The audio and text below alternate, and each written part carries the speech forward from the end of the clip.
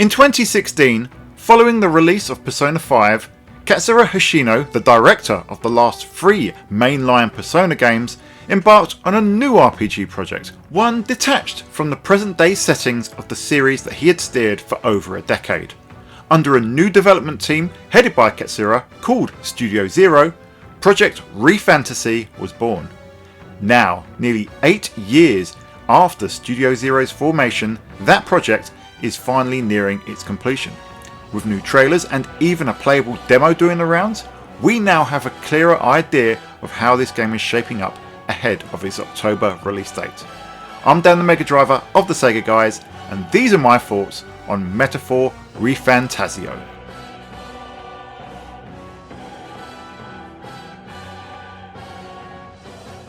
Metaphor ReFantazio is a fantasy role-playing game from Atlus, the studio behind the Shin Megami Tensei series and its various offshoots, such as Soul Hackers and, most famously, Persona.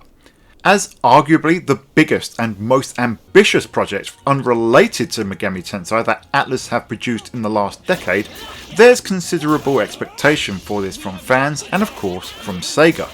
The early trailers depicted an interesting premise, a high fantasy world blended with anime influences.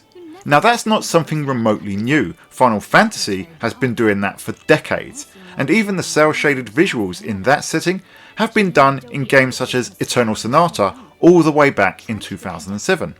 And yet, the visual design feels unique. There's a distinctive style and approach that puts its own distinctive spin on the setting. There's nothing new per se, but the execution of various separate influences produce a visual design that's familiar yet striking. And that extends to the rest of the game, or at least the demo that went live on the 25th of September. The story of Metaphor ReFantazio begins quite dramatically with the death of a king. The realm in question is that of Ukrainia. It is home to an abundance of humanoid, but importantly not human, creatures who bear things like cat ears, tails and horns. You take the role of a protagonist to name as you wish, sent on a mission to the capital of Ukrainia called Grand Trad. Once there, he joins the army, befriends party members and discovers a hidden power when the army is attacked by a gargantuan beast known as, wait for it, a human. Calling these bizarre monsters humans is an interesting concept. There's no answer in the demo, but the recurring theme in the game is that it is holding a mirror up to the real world. Humans are monsters. The modern world that we live in is depicted via a book as an idyllic utopian dream world, whilst the grim reality of the game itself is littered with death, injustice and prejudice. The death of the uniting monarch, the ensuing scramble for the crown and the death and violence that fills the prologue demo certainly has a bit of Game of Thrones to it as well in my eyes, perhaps an influence used to drive this pessimistic high fantasy world, at least at the very start. There's a captivating mix of themes here, with classism, racism and political divide between a king who wanted to unite all the races and continents in peace, and an uncompromising challenger to the throne who believes that action is needed to defend the borders of Ukraine from the human threat. But enough of the themes and styles. How does it actually play? The setup is familiar for the genre. There's field and dungeon areas where your party will battle monsters and foes as they progress, and there's town hubs where you can buy weapons and items, progress the story, and take up side quests. It takes a while for the first battle to start proper. As you start, you're thrust into an area where you must simply avoid enemies that you're ill-equipped to fight. Later, after you've joined the army, you'll find yourself engaging with enemies with attacks that are pretty standard fare for role-playing games. Once you reach the first boss though, the protagonist undertakes a transformation and awakens a power known as the archetype. Soon, allies are also able to wield archetypes with their own traits and skills. And yes, this is very Persona, with your party transforming into these archetypes when they use their specific skills. You're also summoned to a room where you can manage and switch these archetypes, granting them new abilities for yourself and your team. And yes, it's still very Persona, and I half expected Igor from the series to be the one that summoned our hero to the room. Instead, the one that summons you is called Moore, and he is the author of the fantasy novel that the protagonist carries around, the one that depicts the modern day as some sort of utopian civilization. In fact, the character More may be an interpretation of the author Thomas More, who wrote the novel Utopia, in an interesting thematic wrinkle. Anyway, using your newfound archetype powers, you push on as you journey towards the game's capital, and you get a feel for the combat as its functions expand. During the field and dungeon areas, foes can be seen within the area and avoided or attacked in order to gain an advantage. Again, it's a Persona mechanic, but with some great improvements. Enemies can be defeated using these pre-battle attacks if they are weak enough, and you can administer multiple hits before engaging your squad to get the advantage. Enemies will fight back though, and I feel they were more aggressive than those in, say, Persona 3 Reload, requiring you to hit and dodge at times as you tread the line between advantage and disadvantage. Once in battle, the key strategy is to target enemy weaknesses based on certain attack types and magical elements. Hitting a weakness not only inflicts additional damage, but allows an additional turn. It's another feature taken straight out of Persona, but without the stagger and all-out attack options, it does feel different enough to stand out on its own. I also found that on normal difficulty, battles could be challenging if you were unprepared or had your tactics wrong. The boss in the Nord mines absolutely creamed me multiple times until I got the tactics and the lineup right, and I felt that the game itself was more brutal than the Persona games that I've played previously. But that only made it feel more rewarding.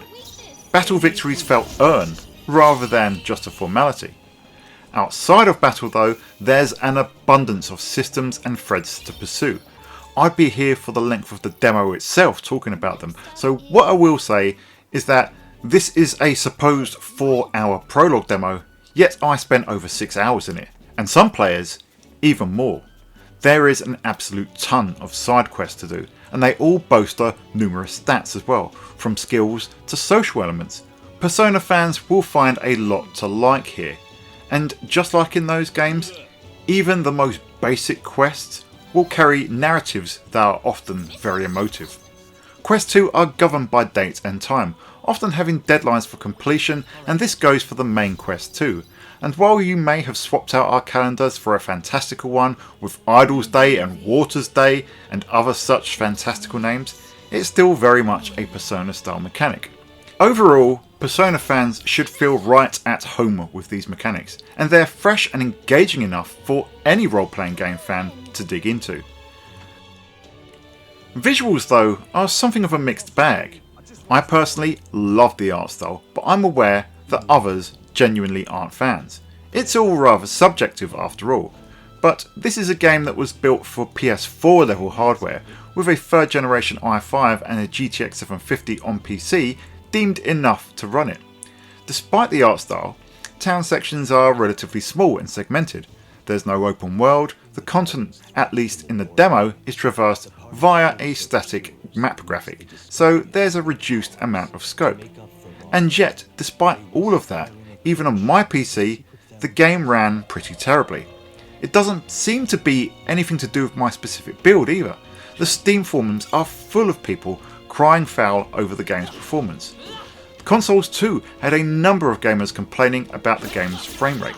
It's a real shame because I really do love the art style, and I hope that Sega and Atlus address these issues before the launch. Thankfully, there are no such issues when it comes to sound. The sound effects are decent and the English voice acting is absolutely superb, though the lip syncing on the talking heads is a little bit off. The only dialogue I wasn't really a fan of comes from the fairy Gallica.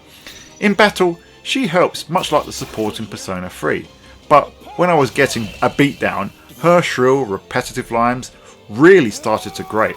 Aside from that though, Gallica, as the sole American voice amongst a cast of Brits in this demo, is as fantastic as the rest of the voice cast. And then we have the music. Good lord, it is amazing. As has been the case for Persona, the music is utterly incredible. Thumping, epic orchestral themes magnified with a choir. The battle music that plays when you have the advantage is absolutely superb, as is the Academia theme when visiting more. Overall, I absolutely loved the demo, and Metaphor ReFantazio is now my most anticipated game for the rest of 2024, and probably for the next year after that. Now, I was a little late to this particular party. I only downloaded the demo 2 days after it released, and then I didn't actually get a chance to run it until the weekend. Furthermore, while Atlus is very much part of Sega, long-time Sega Guys viewers might note that we haven't featured much of their content post their acquisition, and we focus more on Atlus's work on the Sega Saturn than anywhere else. But hopefully, that allows me to offer a different viewpoint, not as a long-time Persona fan, but as a long-serving Sega fan who has only been fully exposed to the Shin Megami franchise in recent years. Metaphor ReFantazio launches on the 11th of October, so I'll be making sure that that date is etched in my calendar as Idle's Day to take the day off work and play it as much as I can.